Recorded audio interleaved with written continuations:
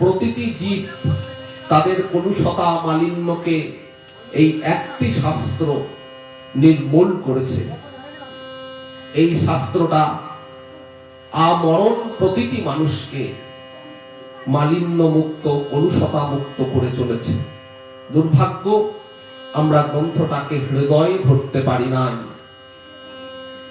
আমরা এই গ্রন্থের সার অনুভব করে জীবন যাত্রাটাকে সুগম করতে পারি নাই।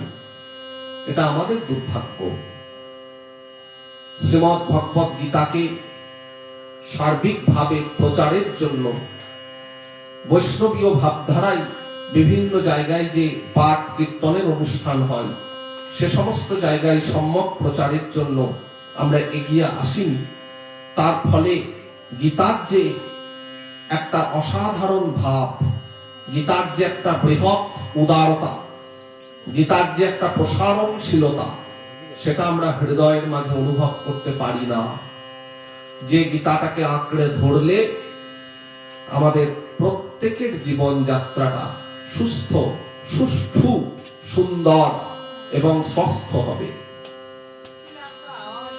কুরুক্ষেত্রের সমরাঙ্গনে ভগবান যে উপদেশ দিয়েছিলেন 18টি অধ্যায়, আপনারা তো